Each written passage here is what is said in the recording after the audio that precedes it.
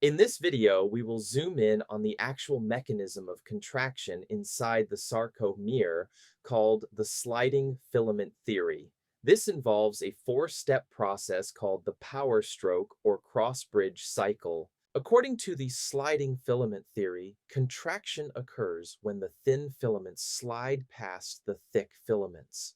This movement is powered by the power stroke or crossbridge cycle, which repeats over and over with myosin pulling on actin as long as calcium and ATP are present. Now we will go through the four steps of this molecular cycle that produces contraction. Step 1. Crossbridge formation. The energized myosin head binds to an exposed binding site on actin, forming a crossbridge. Step 2. The working or power stroke.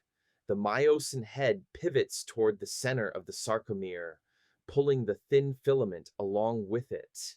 This motion shortens the sarcomere and generates force. Step 3. Crossbridge detachment. A new molecule of ATP binds to the myosin head.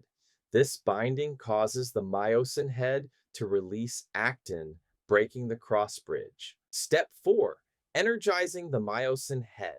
The myosin head hydrolyzes the ATP into ADP and phosphate. Some of the energy released is used to return the myosin head to its high-energy cocked position.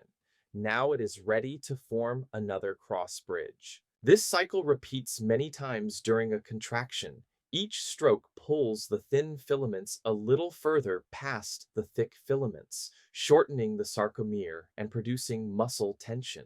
In summary, the cross-bridge cycle follows a simple pattern: bind, pull, release, and reset. Together, millions of these cycles happening in unison produce the force that allows muscles to contract and generate movement.